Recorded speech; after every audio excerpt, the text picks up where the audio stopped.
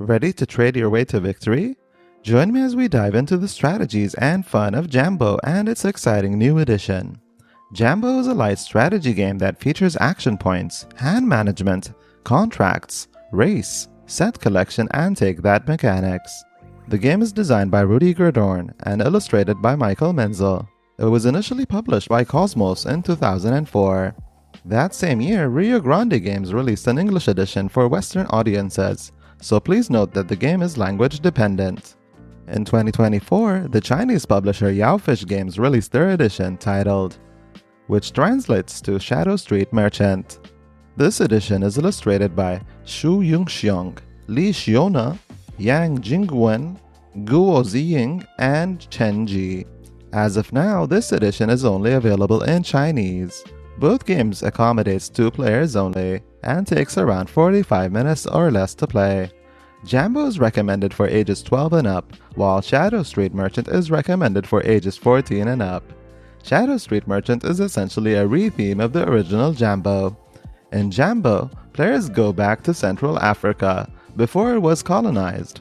Jambo means hello in Swahili, a friendly way for merchants to greet their customers. As traders, players try to be the first to collect 60 gold by selling things like tea, hides, fruits, salt, silk, and trinkets.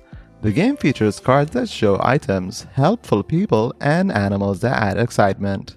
The game is played in alternating turns, and in each turn, a player can do up to 5 actions. The game end is triggered when any player reaches 60 gold, and the player with the most gold at the end wins. In Shadow Street Merchant, players find themselves in the late Ming Dynasty, where powerful individuals ruled and the court was full of corruption. People wanted fame and riches, leading to a busy marketplace. At night, a secret ghost market comes alive, filled with customers and non-stop trading. You can buy weapons, scholarly playthings, wenwon, salt, iron, antiques, and exotic animals. The players take on the role of an owner of a small shop on the street, where they'll interact with many different people while trying to outsmart their rival.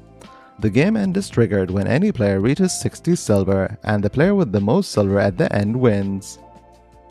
Now let's dive into a side-by-side comparison of these 2 editions, and I'll give you my final thoughts afterward. Here are all the components and game boxes from both editions. Game boxes.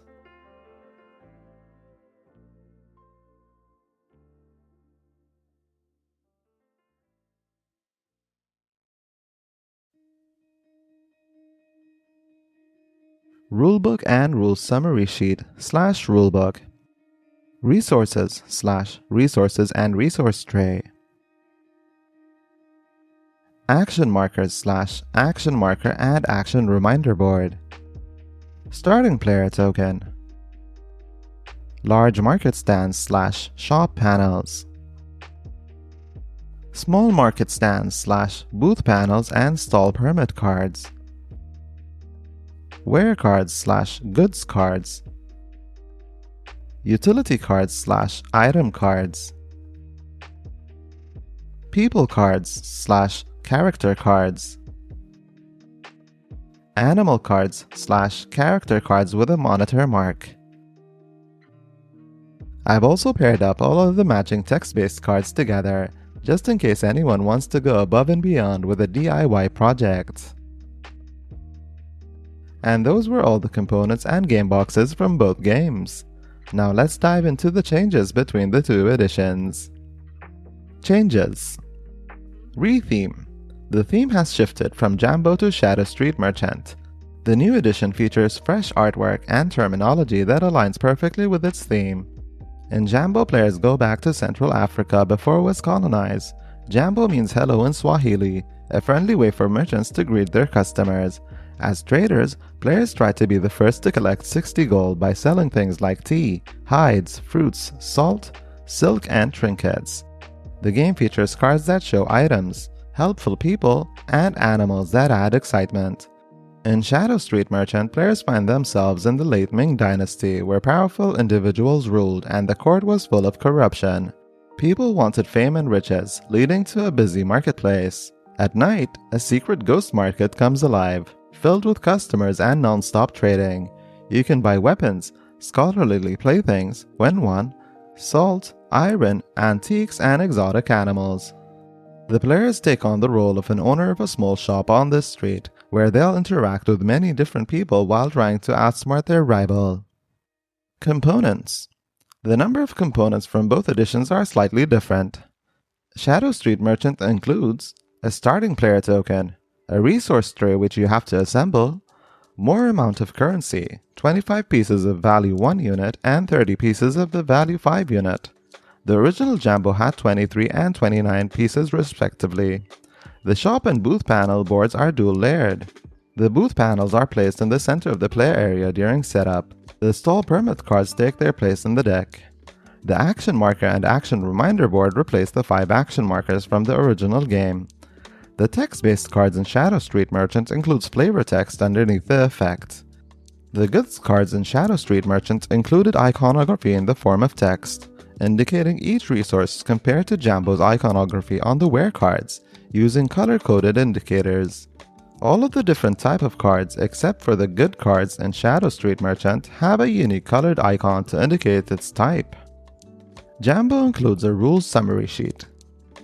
Gameplay, essentially the same, the only difference is that you add the stall permit cards in place of the booth panels in the deck. In Jambo, these are just the small market stands. Whenever you play a stall permit card, you pay and get a booth panel. The rest of the rules are the same. And these are all the differences between the two games. I absolutely love Jambo. It's one of my favorite 2-player only games. The gameplay is dynamic and engaging, with players racing to collect 60 gold to win. While luck plays a role with the draw of the cards, players must constantly adjust and change their strategies throughout the game.